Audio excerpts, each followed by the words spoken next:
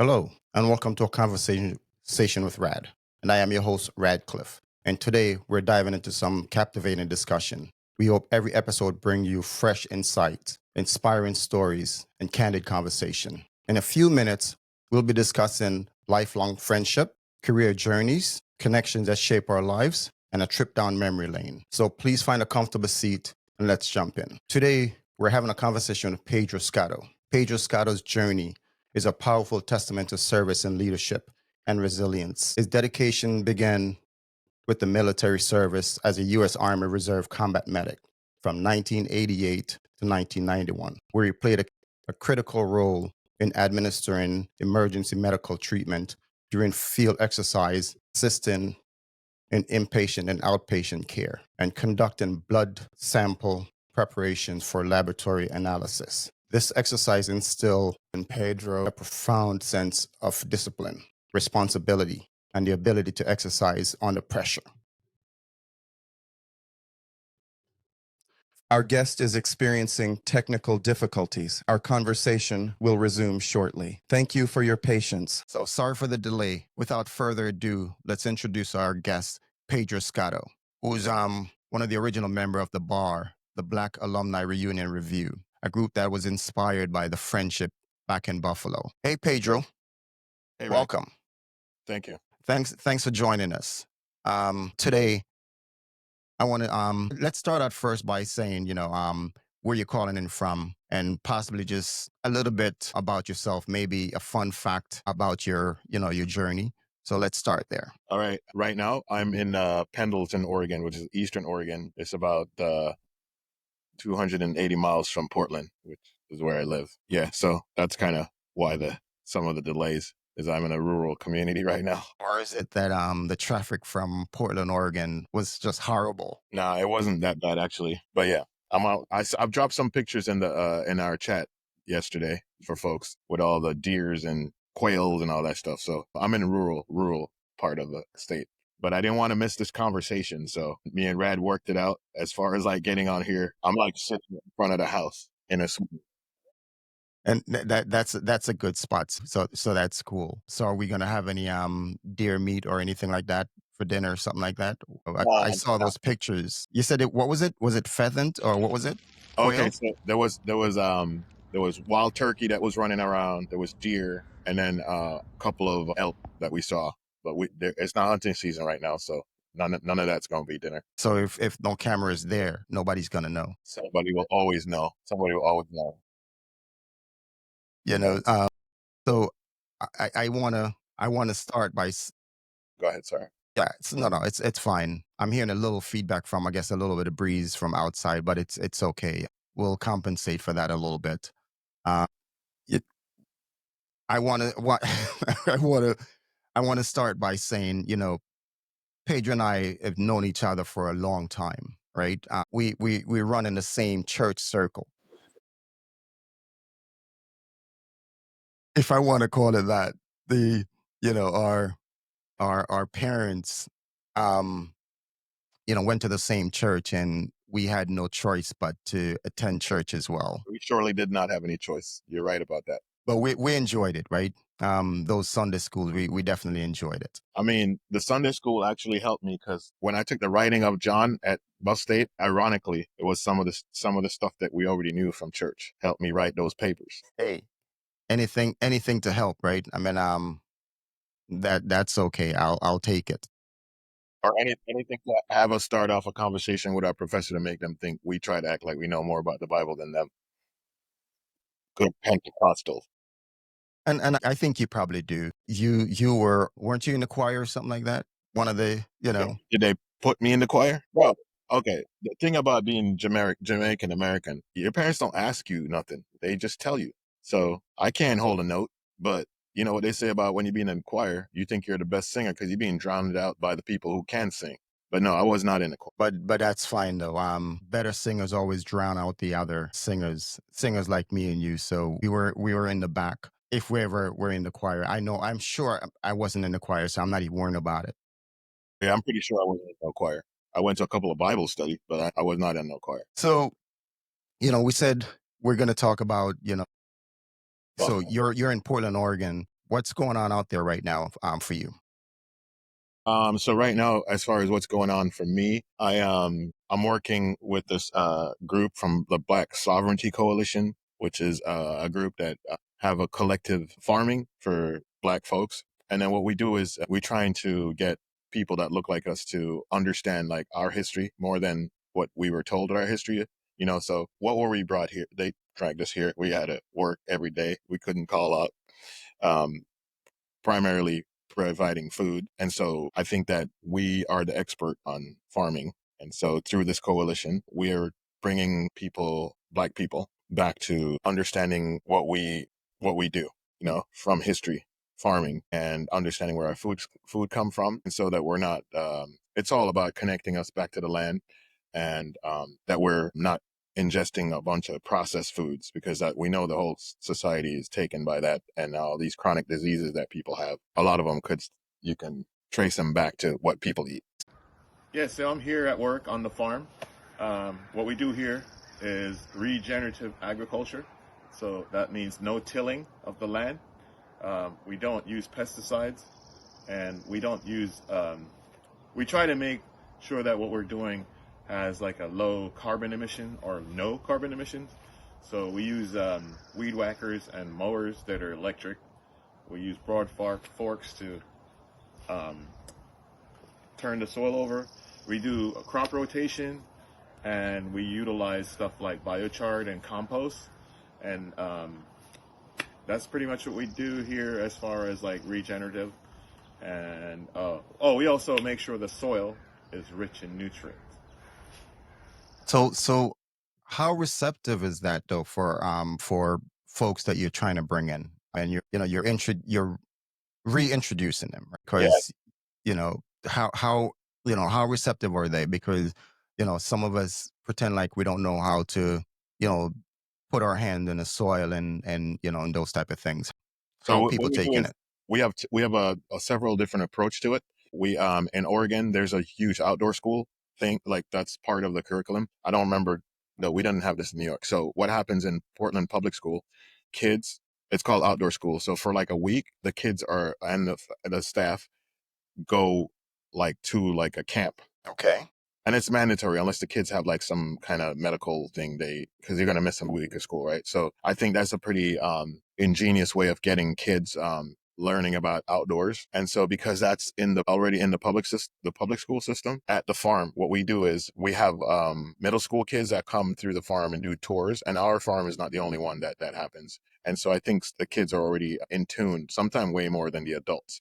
And then as far as the adults, we work with like a lot of the companies that are up here. So I don't know if you know, like a lot of the athletic shoe headquarters are here. So I'll just mention some. So like Columbia Outdoors, Nike, Adidas, Onshoe, Roger Federer, the guy that used to play tennis. So like those are the five big ones. Oh, and then Under Armour. And so those corporate folks, what we do is they do retreats at the farm, and then we do a lot of outreach and bringing, like, so let's say your company wanted to come and you all wanted to do like some kind of training and development for your staff, team building. We do that at the farm. And then we'll do that during harvesting. And so like people, that's the incentive too, is that when you come and we're harvesting, whatever is harvested, you leave with a basket of whatever, you know what I'm saying? You could leave with some kale, lettuce, cucumbers, onions, tomatoes, and all those things I'm saying, we grow there. Flowers, sunflowers.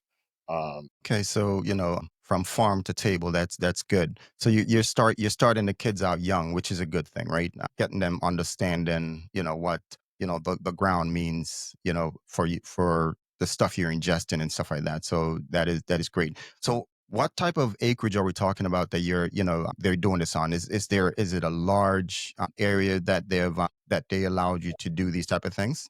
So we're on 4.5 acres right now, and it's a shared lot. This land is provided by Portland Parks and Rec, which the founder of the farm also works there. Okay.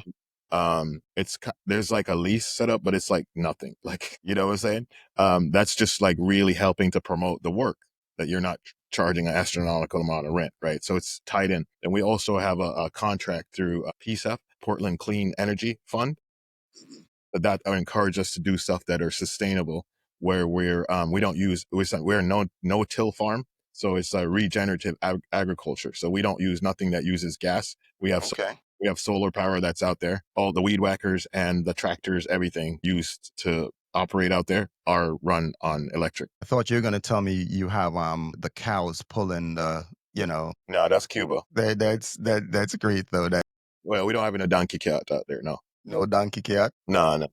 So it seemed like you're enjoying yourself though, doing that type of thing. You also mentioned that, the type of farming you guys are doing and how you track the progress and different things like that. You use Drone. incorporated drones and stuff like that. Yeah, yeah. That's the part How that does that I'm work? really excited about. Okay, so Okay. I used to I do Lego robotics coaching with one brother, Antonio Jackson, who was a Kappa up here in Portland alumni. And so when I first came, I didn't have work, so I just was doing volunteering with him. And it was really interesting because I didn't really know much about Lego robotics and stuff. And then he suggested that I learn like the kids, and I was like, Okay. okay.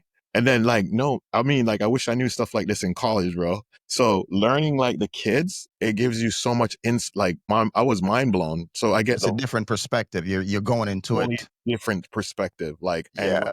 mind you, I'm biased because this is what I'm doing as a volunteer thing, and I love it now. Yes. Is that all of these learning up? Oh, and then some of it was like, so it's not just Lego. You have to put servos on the Lego and learn about a little bit of coding. And that's something I kind of stayed away from when I was at So those Buffalo. small server modals, you're able to put those on and stuff like that. Yes, sir. And then like I even have some videos that I might share later of like me putting together the robot and how excited I was. And then I just like the kids made the robot like a Roomba, right? So you get the little Lego robot and you have like pads on the bottom and have it push the thing around in your house, and you're like, well, I see how the Roomba works now. You know what I'm saying? It's just like epic learning. I mean, I'm nerding out about this, but And it's that's good. It's good when you're excited about something and it's positive, right? Because you're saying this is what you're using to help you with the farming as well. oh, yeah. So okay, yeah. So good point. You're keeping me on track. So the connecting that to the farm. So I'm doing the Lego robotics, and then I went and got one of them DJI drones, right? And some of what's happening at the farm. There's a brother named Nicholas who we utilize these sensors to check the moisture levels of the soil. The soil, okay. Yeah, and then like certain certain plants needs more water than others. So you have a range of what the water is supposed to be, right? And then all of those sensors, the drone flies around, records the sensor, and then you could tell farmer Daniel, hey, the corn needs more water. And then we have these timers that are set up for the water sprinkler system. And then also we have, since it's Black Future Farm, on Sundays we have what's called Black Sundays. So we have the farm be a space for Black fit folks to just come and just kick it. There's no work.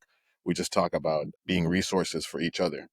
And Okay. the drone is utilized then. We use it to take pictures of the group. We used it to just fly over and just retrieve some data for whatever. Also, we have a washback station that has a solar panels on there.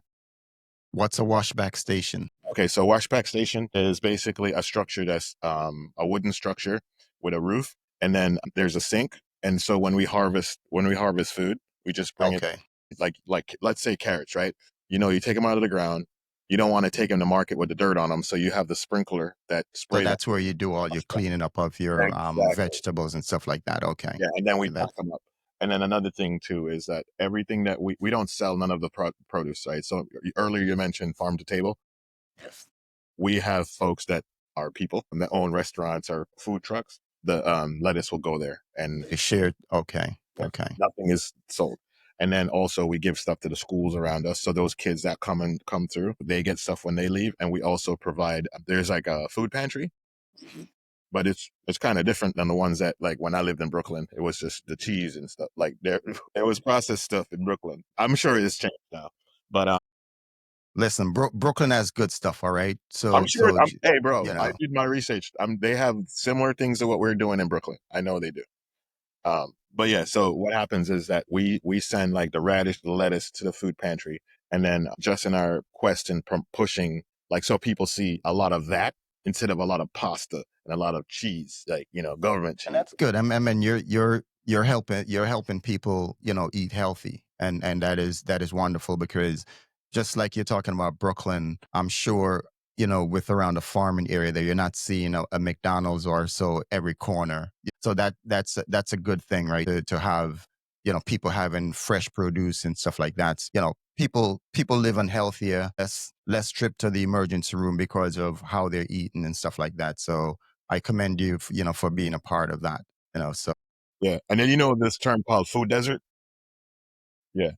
So like east of here, well, I'm saying like I'm in Portland. In Portland, there's a section where the regentrification have pushed the people. And so out there, there's like nothing. Like there's a lot of housing, there's a lot of industrial and office spaces, but there's not really like nice restaurants and, no mercado or bodega or none of them places for people to get stuff. So another initiative for the farm is that we got a bus from TriMet, which is the bus company around here, that we're going to have like a food bus. And so, like similar to like those Korean vegetable stores in Brooklyn.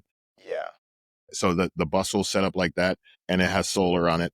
And then it opens up, like the side of it opens up with those staggered boxes. yeah, People will be able to like just grab food, like no charge. that's wonderful, man. I'm glad you're there helping out with stuff like that, because I love hearing stories like that. So let's move on a little bit, right? So we can talk about food all day, because I love when people are eating healthy and stuff like that. But there was a time when you probably, and I'm gonna go back to Buffalo, right? So a lot of this conversation kind of stems around our time in Buffalo. When did you attended Buff State? Arrived. So let me give props to Trevor Williams, the Don. So me and him went to Wingate. I'm just laying out the. Yeah, no, it's fine. No, it's fine. Just So lay that path in how yeah. you get to Buff. So me and Trevor went to Wingate. I mean, well, I know y'all from Jamaica, but me and Trevor went to Wingate, and then we took like Spanish and a couple other classes. And then Trevor was like, I think Trevor was graduating before me, or Is that where you got your last name? The Spanish that you took? I'm just kidding. I'm sorry. we'll talk about that offline. Um, But so Trevor had mentioned that he was going to go like to Buff State, right? And there's a couple of times I think I came by y'all's house, and I was looking at New Paul's and a couple of other places, right? And then I think Trevor was already one semester in, because I didn't get up there. They did EOP. Oh yeah, so this is what happened. Trevor told me about all the EOP stuff and all them guys and Danny and these people that I don't even know them, but I was like, yo, tell me like how is it up there? And he's like, yo, it's fun, like the EOP folks, and we have a good cohorts of folks, And so, Yeah. and just thinking about my experience at Wingate, and then, being in a space where you're familiar with people. And so I just said, Trev's like, talk to these people. So I went and I passed up on the other schools that I had looked at. And I just was like begging the Buff State people, like, I know it's like whatever, but let me in. So let me ask you a question. I'm sorry, I didn't mean to interrupt, but you're saying the Buff State people. I know a lot of the fellas came across Tassie. Was Tassie a part of that? Yes, man. So yeah, it's good that you said that. So I was in direct communications with Tassie, right? Because Trev like gave me the whole, these people you need to talk to EOP, talk to da da da da. And then since I already had acceptance in another SUNY school, I don't think it was because I didn't have any like I would have been accepted if I would have applied, but I didn't. So I was kind of. You weren't aware of it.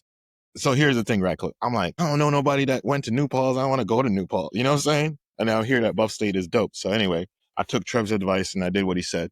And then I get this letter back from them, and they were like, oh yeah, you could come in the winter. So bro, no joke. In January, that was when I came to Buff State, and then Steph, Trevor, all of them was already there. But like So you came and saw all of the fellas there. yeah, they was established, But yeah, my kind of connection was Trevor. Trevor, I know him before. And then I get to meet people like Moncel, Frank, Danny and them, and then all of Trevor's folks, from the houses and apartments that they lived at and all that. And so So we'll get into more later about like all the shenanigans that we were up to. so were you a part of any of those housing? Was that Yeah, since I came in later, I didn't live with in the house that those guys were in. I was more likely to like visit it. Like I'd be over there on Forest, all the okay. spots, right? So what happened was that a little bit further, what would happen? Like so, yeah, I was in Tower 3, and then oh yeah, I think you want me to talk about this, or I should talk about this. No, please continue. No, please continue. We're in Buffalo. We're in Buffalo. So I'm in Tower 3, right? And then they assigned me to a room, and there was like nobody, no roommate. And then Buff State. So you had a single. Yeah, man, I was single, but I didn't pay for a single. So you know how Buff State oppressive regime, they were like, they send me a letter saying you didn't pay for a single, so we're gonna have to consolidate you. Like, no, this is a direct quote from the letter. It says you paid for a double, your financial aid, da da da da da, and so we're gonna have to consolidate you with somebody else. And then lo and behold, Tennyson Lewis was who was that I had a they put me with Tennyson. And then Tennyson and those So guys. wait. 1 second, 1 second. So you roomed with Tennyson the first year you went there. Yeah, within the first year. Like, I think the second semester when they didn't want me to have the single by myself, they consolidated me and him, but then it didn't last because I talk a lot about like what I want. I now it's like I advocate for myself, right? Okay, so I'm used to say that I talk a lot for what I want, but as I got older and more educated, that's advocating for yourself. So I used to go down to the R&D and I was like, "Yo, is there any way that I could move?" And it's not because of tennis. It was like, you know how it is. If you have a single in the towers, right, and you're like a freshman, you have privacy. Then you get a roommate all of a sudden. You know what I'm saying? Like, it wasn't allowing me to. I wouldn't know about that. I had a roommate when I lived there. But it would have been more fun to have you can't going from a single to a double is bad. So anyway, If you I don't, if you I don't know what happened, but Tennis ended up going like to live somewhere else. But fast forward, I'm in the lounge and I'm like always studying, and then this football player dude just kept coming through the building, right? And then it was Claudel. one yeah, sorry, continue. So Tennyson, because I was going down at RD because I want to get my single room back. So then I don't know what happened. Tennyson got a different room or something. And then So Wolande, you that straight up on the man. I mean, you were tattling on the guy. nothing that I said had anything to do with Tennyson. Everything was like, yo, I enjoyed having the single room. I'll try to figure out how to pay for the single room, like all that. There was nothing about my roommate doing anything at all. Me and him is good, bro. Okay, so it was just you just wanted your own privacy. Yeah, man. And then I didn't want All right, nobody like continue. So knowing that, Okay, so anyway, I'm like hanging out in the lounge studying, and then this football dude kept walking by, and he would be like, "Yo, what's up?" And then next time he was like, "Yo, man, you always down here studying." He's like, "Come upstairs, I hang out with the brothers." And I'm like, "Who is he talking the about?" football dude. Claudel. Yeah. So I took the books upstairs, and then I was like, "Oh, where you say they live again? Second floor or something." So I go there, right, and it's like where him and Fed and some other people live, and it was So like, is that your first introduction to those guys? yeah, kinda, yeah. Okay. But what I did remember though, no shade on nobody, but there was 40s because I is a Jamaican. Wait, on campus? Yeah, man, they had 40s on the tables up there. I thought 40s were reserved for the people with houses and apartments. Yo, man, but these guys are from Spring Valley, so, and one of them was a car, so they were like kind of doing a little better than the rest of us.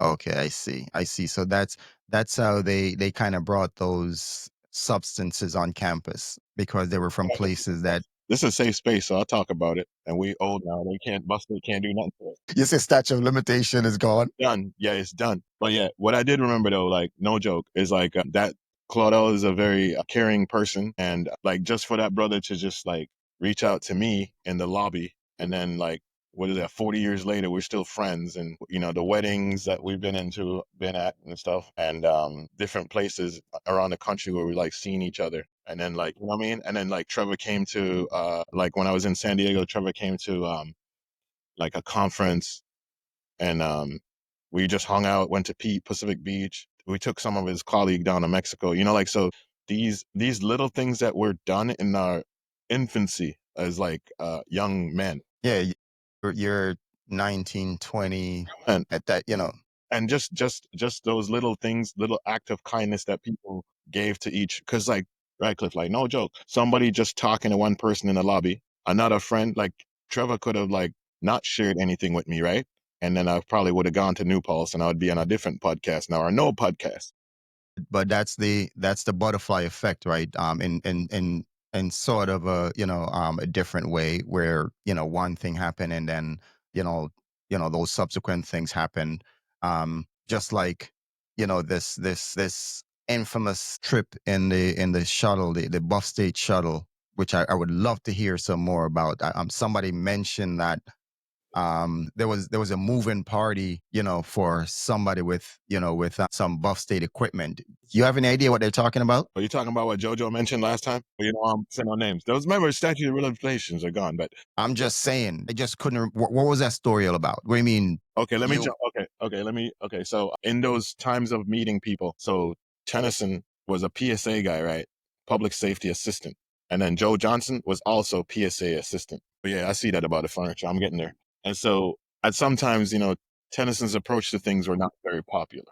Let's put it like that. How he was doing his job. Just remember, the brother is not here. We're going to talk about it a little bit later. He's not here to defend himself. So, Oh no, that's I don't. you see how I don't want you to throw shade no, and I say won't that. do that. There's no what's the term? Anyway, but there was a van, a shuttle bus. Some at one point, So I'm sorry, I just keep interrupting, but that van was made to take students around the campus, right? I just want to be clear. I'm just trying to get. was the shuttle van. Yeah. So me, Tennyson, and Joe used to drive the shuttle van as part of our PSA duties. Okay. At some point, one of said vans was used to transport a honey and their when they were moving to an apartment off campus. I huh? So since the statute of limitation is gone, do you want to share the party that was actually driving the vehicle? It wasn't me, bro. I can't remember that it was me. But you said not to talk about folks, so I'm just saying, you told me the statute of limitation is way gone. So I'm just asking you, is that you said it wasn't you? I know that I got canned for it, and then they wanted me to rat people out, and I didn't. And then last time Joe was on, Joe Joe, Joe remembered. Said it wasn't him. I don't remember Joe saying it wasn't it. I don't. Okay, I'm asking. I don't think it was Joe. Okay. So Joe used to do stuff, but Joe don't. Yeah, I don't. Joe didn't do that. So I think I know how to subtract 2 from 3 leaves 1. Okay. Okay. But yeah, I'm not gonna speak ill of any of my friends, so I'm not gonna say. So those are the things that were happening with Let's say one of the people from yeah. those are the things that were happening with our Hey, shuttle bro, trust shuttle me. van. I don't know where this is gonna. This podcast gonna be out on the street. Anyway, somebody drove the van and helped the honey move, and that was not a uncommon thing, bro. It's our community, so anytime we need help, let me just say that, and I'll whatever come at me from this, I'll take it.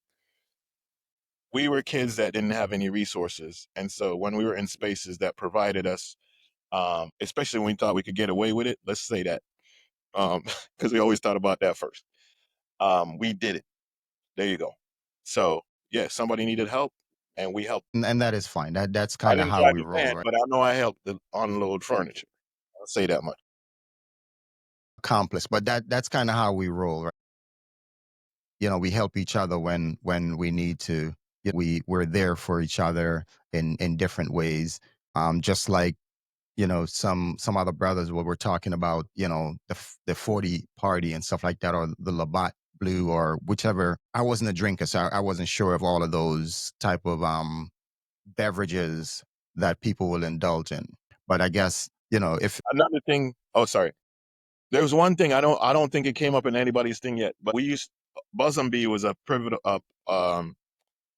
was a point, a place where a lot of things happen. So, for example, I know that Rambo talked about Welly Well. I'm going to throw another wrench into this thing. There were a couple of us that used to go by Buzzumby. And as you know, there's like Native American people from the Seneca Nation that used to hang out in front of Buzzumby. And I want to own this because I was one person that did this. There's other people that did it, but I don't know if they're going to talk about it. But let me tell you what happened.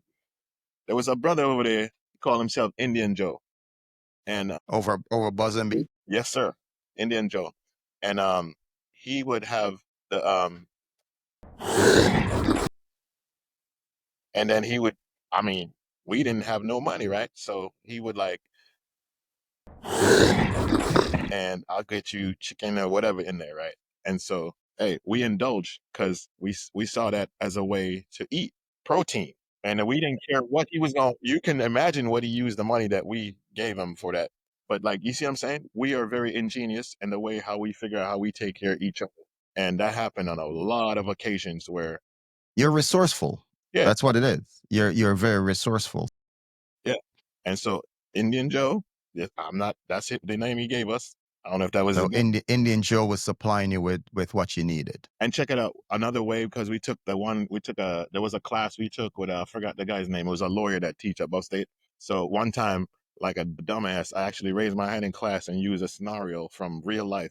And I took out names. So I was like, if somebody gets assistance from the government and they happen to go buy us something at the store, and he was like, is there any currency being exchanged? And I was like, no, no, no. He just, gift us. And he's like, well, there's a gray line. But yeah, trying to figure out like how much trouble I could get in for that, but nothing ever became of it. We don't deal with gray. It's black and white. So you mentioned Welly Well. For those who don't know, Welly Well is Public, welfare, right?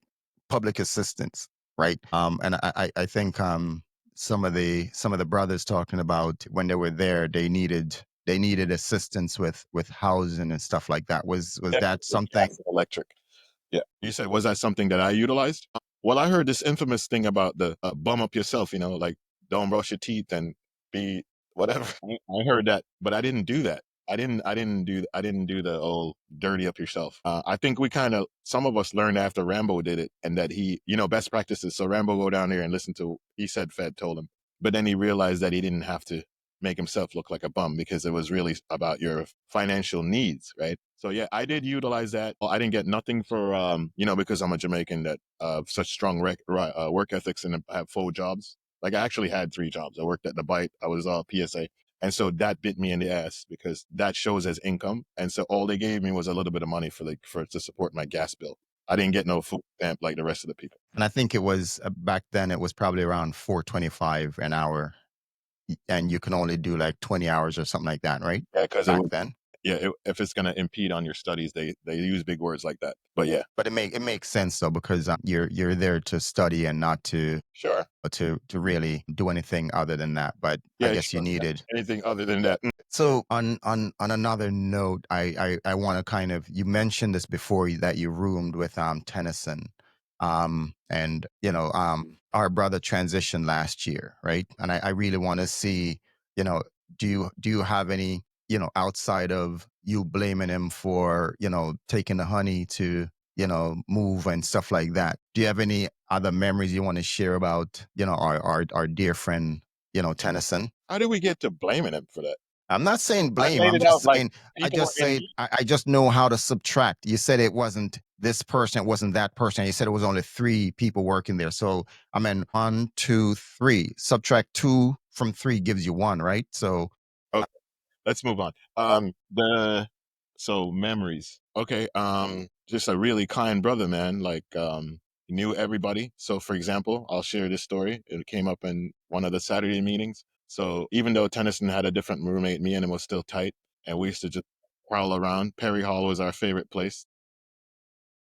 it seemed like everybody was going towards Perry. You know, what was Perry all about? For me, there was a lady named Cheryl over there, a Bayesian girl that I liked. But anyway, and then also our friend Patsy, I think that's where Patsy lived. And so that's the story about how me and Tennyson, we went to go visit Patsy, and then our friend Claudel, the football friend from the lobby. After me and Claudel and we got tight, right? And so yeah, we'd just be hanging out, like me, Claudel, and Tennyson was just walking across the quad, and it was like, yo, let's go check in on Patsy. And so we go check in, and she didn't even know who this guy was. So she's all greeting us, and then, yeah. And then the conversation. Patsy's a very studious girl that lived in England, so she's serious about her work. Not to say other people that don't live in England don't care about their work. So Patsy's from England? Yeah, Patsy grew up in England, Jamaican, but grew up in England. Her and her brothers and sisters. Okay. Sorry, continue. So we went over there, and then we left, and we were going to the Union. And then as soon as we come out the Union, Claudia was like, yo, fellas. We're like, yo, what's up, C? And he's like, yo, that's the kind of lady I would marry. Like, no bullshit. The Virgin lame eye on the woman, and just like, and he can, I'm sure when Claudia will get interviewed, it'll come up. But me and Tennyson introduced him to Patsy, and then after Claudia went off somewhere, me and Tennyson, because sometimes we act like Beavis and Butthead, was like joking around, like, "Yo, man, that guy was sprung." We just we start making jokes, right? Because even though Claudel's our friend, he's like big, buff dude. So you don't want to make too many jokes. So we was just laughing like, yo, man, you ever seen nothing like that before? Yo, like no joke. That was like all she wrote. So like then it became like, make yourself present. You like somebody. So it happened. And then that I'm getting intertwined in the Tennyson relationship. So then Claudel and Tennyson move off campus. And I forgot, I think it was Hoyt Street that they moved to. And at that time, Claudel and Patsy was already dating each other. But yeah, Tennyson was like a little addition. Like every time I saw them, I thought Tennyson was like their kid, bro. Like every time they took care of him. And Patsy was cooking all the time, bro, like just throwing down. She could cook. So me and Victor live across the street from them, and we just like a bunch of stray cats just wander over, like cooking. And then Claudel was cooking.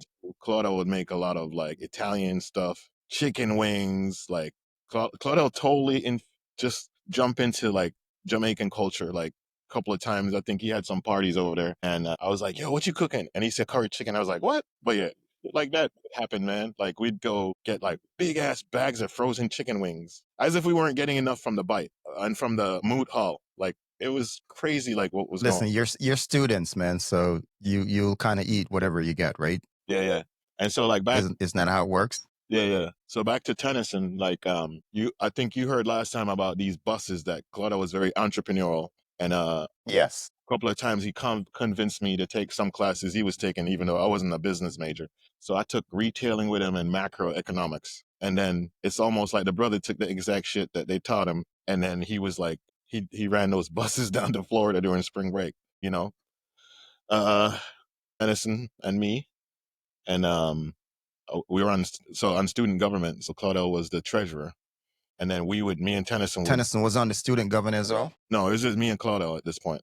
Tennyson just came Just to you the and meeting. Claudel. Yeah, Tennyson just came to the meetings. And just, like he's the ambassador, so he'd just be talking to everybody up in there. You know how Tennyson was. He'd come to the meeting and just chat up everybody. And me and Tennyson helped Claude put up all the flyers, and we had to fill up the bus with people. So we did that the first year. And then the second year, Joe Johnson and Cleveland and them went on the bus with us to Florida. But yeah, Tennyson was infused into all of that space. When we went to Caravana, Tennyson was there. Yeah, man. And then another thing I want to say, the dude had such strong work ethics. Tennyson rode a bicycle. This is when Claudio was working at RPS, Roger Packaging Systems. I still remember the acronym. This is UPS, right? And he got me and Tennyson jobs out there. I ended up branching off and went into work at Avis with Victor because it made sense. Victor's my roommate. He has a car, so on his schedule. But I remember a couple of times Tennyson didn't have no ride, and no bullshit. The dude put on like scarf. Where was RPS? Because you're saying you guys were on oil. Out in Cheektowaga. So Denny, you remember those old map? I forgot what they're called. When you like trip map take or whatever, trip tick or something. I forgot what it's called. We used to use them when we were going downstate. Like you already figure out your trip. Tennyson sat on the table. He sat there and figured out routes he could take because the freeway, but he figured out a route he could take. And I was like, this is pure madness. And he bundled up and rode the bicycle to the work because the brethren don't want to miss the work. I think it's called Yeah. triptych. Yeah. Okay. The brethren sat at the table and of course me and Claude and them was worried about him, And then we were always like, when let anybody that know when Tennyson done with work today, let somebody know. And then guess what? The man was done. And the man did it a bunch of times. And then after that, I don't remember if you guys remember the white, it wasn't Toyota. It was a Chevy Cavalier that he bought at the buy here, pay here place. Because we kept telling him like, yo, we understand you could join the Olympic cycling team now that you ride from Buff State from Hoyt Street all the way out to, now even thinking about it, that's not crazy. That is hella dedicated on work ethic stuff, that brother. It builds character, right?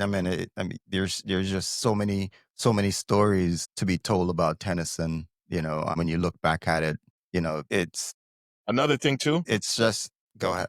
About Buff State, we had to take that one PE or whatever, the physical education to graduate. It was one of the few schools that had that in college. Yeah. So I took jogging. And Tennyson took jogging, but for some reason, I don't know, he missed a bunch of the thing and he had to do it incomplete. So then the brother, he took swimming, right? And then he would be like, man, I come from the islands. I know, when people say, oh, y'all can't swim? He's like, I'm from the islands. I can swim. So he would go and do the crazy Okay, so here's another thing that nobody has talked about. Tennyson would purposely do the you say one thing, he'd go against the grain. But a lot of time it was like positive stuff. Like so when the people was like in the union talking about how black people can't swim, that dude was in over in the sporting facility. He can't do the jogging no more, so he would go swimming and do like 30 something laps and then come in there with a hat, the thing on his head, like kind of trying to shove it in their face, right? It's like, yeah, if we can't swim, why I was over there swimming 30 something laps and I smell like chlorine or like something like that. I was like, Claude will be like, dude, serious? You know, but it was a very strong willed person that like loved to prove people wrong. Show, you know, it was very smart, dude. Very, very smart, brother. But yeah, Many.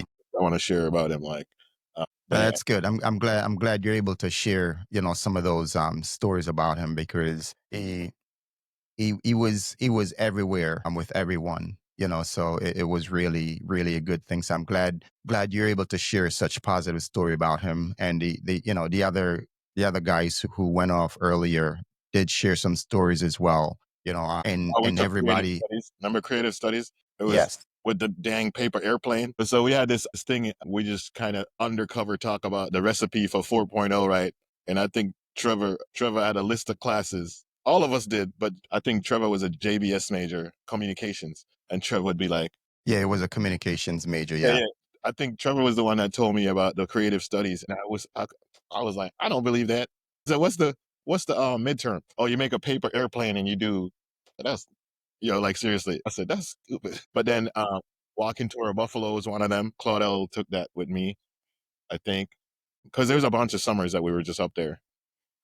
But yeah, those are also the things that like you have you and your friends taking classes together, and you do better in the class because then we're like sharing our notes. We're talking about like what are best practices on how to study, things like that. Me and Vic Yeah, did. it is supporting each other, right? Because it was, for us, right? I'm going to say for you guys, it's a small community because again, I can in 86, 87, 88 for you guys. I came in 89. The population of black students in the school wasn't that big. So you kind of find that niche, right? And you support each other.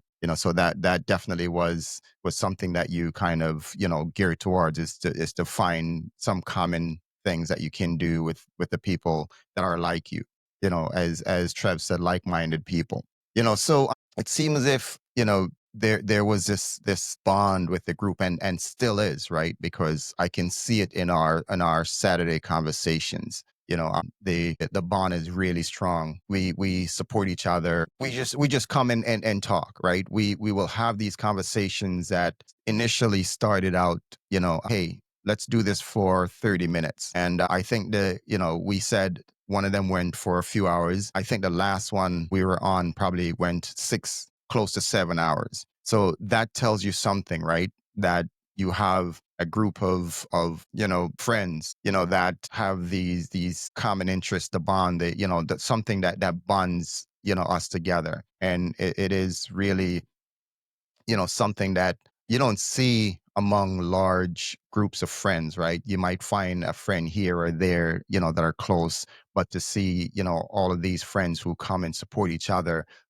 started back in Buffalo and is still doing the same thing today, it's really something to talk about, so I want to thank you for, coming on and sharing your story, to our audience. Sorry for any delay, that we had some Yeah, man. technical It's issues not. that we. Yeah, yeah, we worked that out, and I'm actually glad that we figured it out. It's funny that how it turned out. I had to just come sit in front of the house, and I'm in the sunshine. Like no joke, I'm on a sitting chair, elm tree, buffalo elm. No, Buffalo elm. Okay. no, elmwood, elm tree. You get it? Yeah, but it's really, good catching up, with you. Again, we knew each other for almost, 40 years or more. I'm gonna say close to. Okay, I don't want to say it Hey, you because I keep saying to everyone on this podcast, I'm in my 40s, but I've known you for almost 50 years, right? So it's a long time, yeah. So, back in those church days. So yeah. and You know and what's we're still going strong, Yeah, man. It's so interesting because I think about a year ago I called Trevor and I was like, "Hey, man, I just want to like let you I said, I've known you longer than any of these guys. I think it was before Tennyson passed because I think it was right before Trevor got married. And I was just like, I want to just thank him for the interactions that we've had as friends. Cause I think we should always do this. We should always show gratitude, and we should always thank people for like helping us get ahead. And we should do the pay it forward thing where as we learn something, we try to have other people, if it's a good experience, like learn that and be the best version of themselves. And I feel like all of the brothers on here, that's their wish for everybody, is that we live the best lives and as the best version of ourselves, and the interactions that we have with each other it all comes from love. Like, cause I know like even on the Saturday thing, I think sometimes like people like wonder how me and you like joke a lot with each other, but then we come back and it's never like, I'm not trying to throw shade or anything. Just realistically, like there's folks that like if you the more you know somebody, Yes. joke with them, and like I don't take what you say to me personal. I just come back. Not to say that I'm a better comedian than the other people that do the same thing, but yeah, we can all take like a script from everybody's page, right? Because everybody that's on here brings something to the table, for real. Yes. Oh, yes. I definitely agree. Everybody brings something unique to this group. Everybody, I cannot think of one person,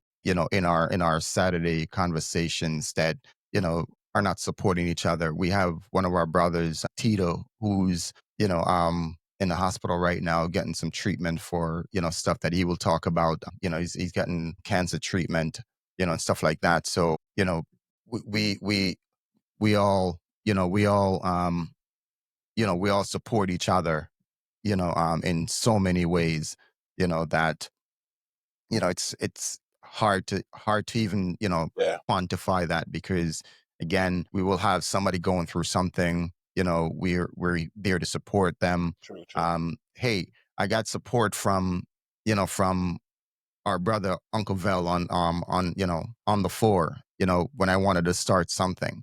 That's the type of individuals we are, right? It doesn't matter what you need help in, what the support is. You get something, you pass it forward, right? That's what helped build a bond, and I think it's a really strong bond. We reignited this after Tennyson passed. And it's unfortunate, it was, something like that that brought us back together to start this. And it was like, go ahead. I want to say something real quick. Yes. The interesting thing is I talked to Tennyson. I was talking to Tennyson up to 2 weeks before he passed. There was a we already, okay, as a group we did this before. Remember Claudel's birthday party? We zoomed, and then Tennyson Yes. was Yes. always talking about us redoing this, right? This Yes. is why it's Yes. so powerful. Tennyson kept saying we should do this again, and then we were like, oh yeah, and we never got to it, right? And then he transitioned, and I'm thanking God that we are doing this because like I just want to share this, and I think Danny did this in his message last week, is that like I need you guys, and I'm not open about a lot of stuff that's going on with me, and I think a lot of us aren't, Yes. but I think I need you guys. I need this space. There's people doing this in Portland, but I'm not friends with them, and I don't want to share. I don't want to.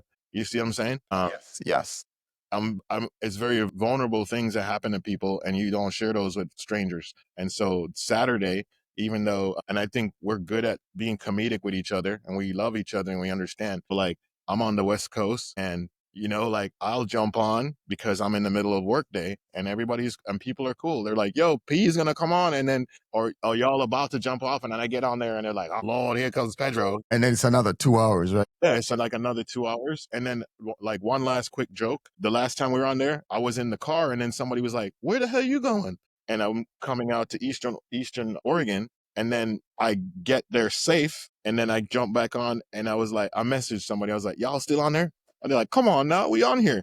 And I jumped back on. But I told my brother-in-law was driving with me. He was driving. I wasn't driving and Yes. the phone, right? But and then I go in the house and he's like, those guys are still on there? I said, yeah, man, it's nothing but love. And then, he kind of just like, yo, I wish I had friends that I could do that stuff with. So every time there's people that are like envious of our relationship and what we do, because what we're doing is great. It is a support system, right?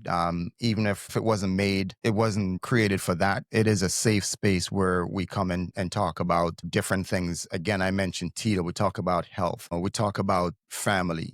We talk about finances every now and then. We talk about different things. In that space, it's a safe space for us to, to communicate those things. Ask a question of someone who may know more than another person, on a certain subject. Those type of things. And it's, if it wasn't for that Saturday conversation, we probably wouldn't ask some of those questions of certain people because we're not comfortable with them, right? But because of the journey that we have taken, from Buffalo, and again with us from Jamaica, right? Not Jamaica Queens, but Jamaica, West Indies, Thanks for right? clarifying that.